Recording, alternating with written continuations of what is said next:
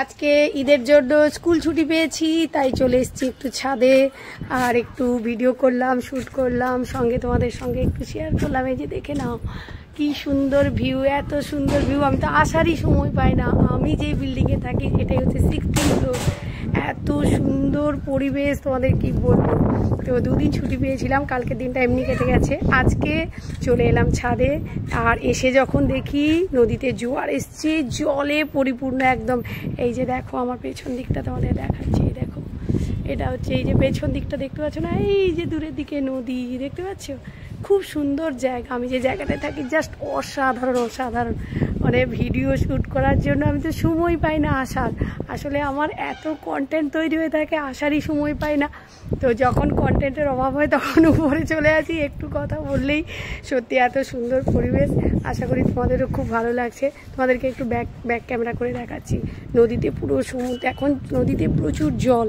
এই যে দেখো, ওই যে দেখো, ওই যে এই যে দেখো পুরো জোয়ারের জল চলে এসছে। এই জোয়ারের জল চলে এলে না, এই দেখো এই যে মাঠটা পুরো জলে ভরে যায়।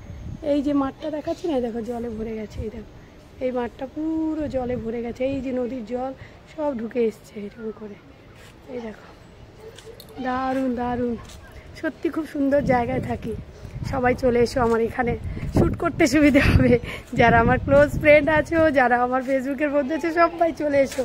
আমার 100K সেলিব্রেশন এই ছাদেই করবো নাকি? চলো তাহলে। এই দেখো কত সুন্দর আমাদের এই ছাদটা, খুব সুন্দর, দারুণ দারুণ দারুণ। এই দেখো আমার ছেলে কেমন দুষ্টুমি করছে।